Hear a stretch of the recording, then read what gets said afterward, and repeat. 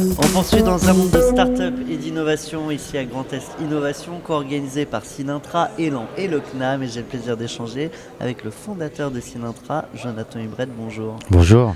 Je vais te demander de pitcher Synintra, mais un pitch un peu particulier, un pitch en mode Twitter. En 3 hashtags, s'il fallait résumer Synintra, ça donnerait quoi?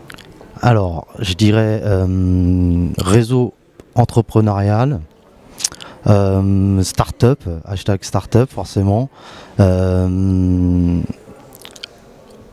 entraide entrepreneuriale plutôt, et startup et toujours et encore et toujours innovation quoi, et synergie on va dire.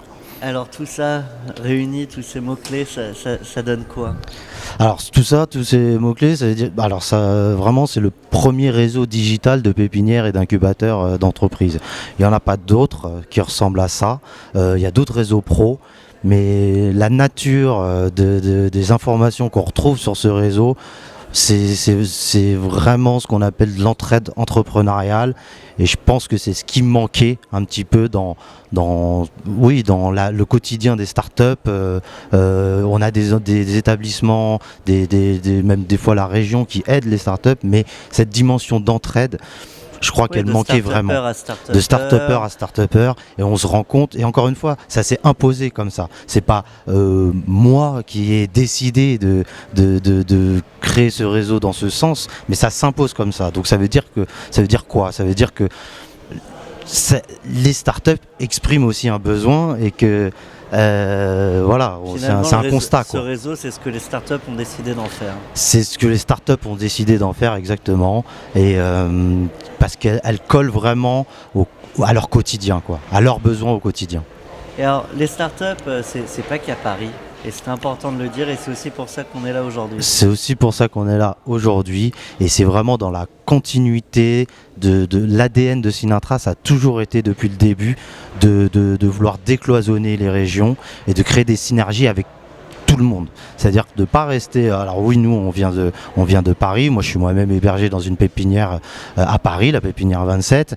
Mais on voulait tout de suite aller au-delà et justement décloisonner toutes les régions, quoi. Donc là, c'est un petit peu le prolongement, la suite logique, mais à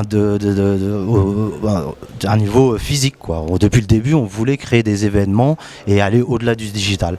C'est que le début, là, d'ailleurs. C'est que le début. Alors, c'est pas le tout début. On avait déjà fait une première édition, le Grand Concours National de l'Innovation, avec le CNAM au Musée des Arts et Métiers. Là, c'est le prolongement, toujours avec le CNAM, mais là, le CNAM de Lorraine. Et voilà, et toujours dans un lieu magnifique. Un joli décor et toujours la motivation première, faire la promotion des startups, faire la promotion de l'innovation dans notre pays, quoi. Jonathan, je te propose la question boule de cristal. Je l'ai dans les mains, tu regardes dedans. Synintra dans 5 ans, c'est quoi? Synintra dans 5 ans, c'est connecter tous ces groupements d'entrepreneurs et de start-upers, mais à l'international. Et peut-être pas dans 5 ans, peut-être beaucoup plus tôt que ça. Voilà.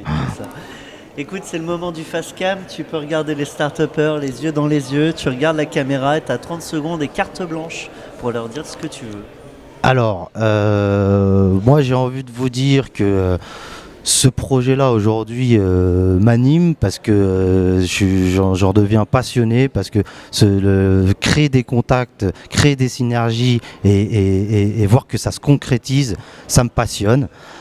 Donc faites-moi confiance. Moi en tout cas, je suis motivé à continuer, à essayer de créer des opportunités pour moi, pour vous, pour qu'on avance tous ensemble.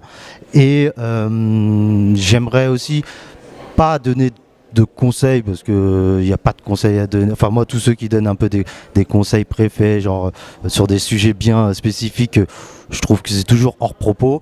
Mais par contre, il y a un truc qui ne change jamais et qui s'applique à tous les domaines, c'est, quoi qu'il en soit, la persévérance. La persévérance, et dans la persévérance, forcément, on trouve les outils qu'il faut pour avancer et coller à son secteur d'activité, mais persévérance, quoi. Voilà. Et voilà, c'était le mot, la persévérance, il en faut. Un grand merci à toi, Jonathan Hubret, je le rappelle, fondateur de Synintra. À très bientôt en région, à Paris et bientôt à l'international. À très bientôt, merci beaucoup.